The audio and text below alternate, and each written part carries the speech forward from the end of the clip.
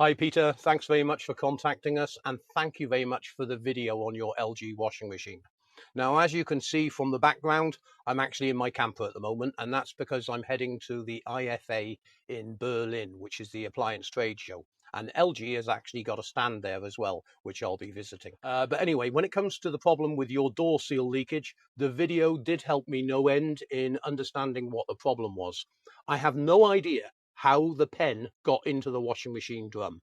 I can't think how it would get in. It must have really forced itself between the gap on the door and the seal for it to get down into the drum there. I can't think how else it would get in there unless you've got children and maybe they pushed it in through the soap dispenser drawer. But hey, I've got literally no idea with that.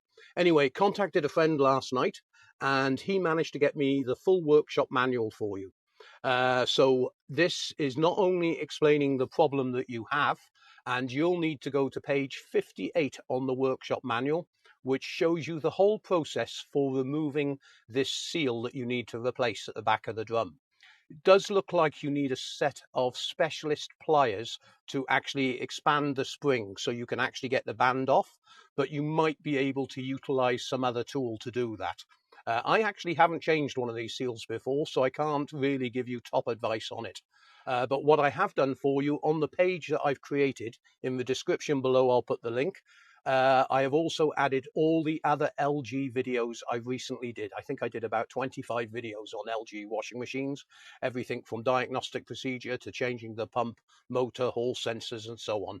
But everything is there for you in the workshop manual, and you've even got the wiring diagram, fault diagnostics, and many other things to do with the hall sensor on the motor, as this is a direct drive motor, and also the meter readings on the motor as well, which is all very useful for you.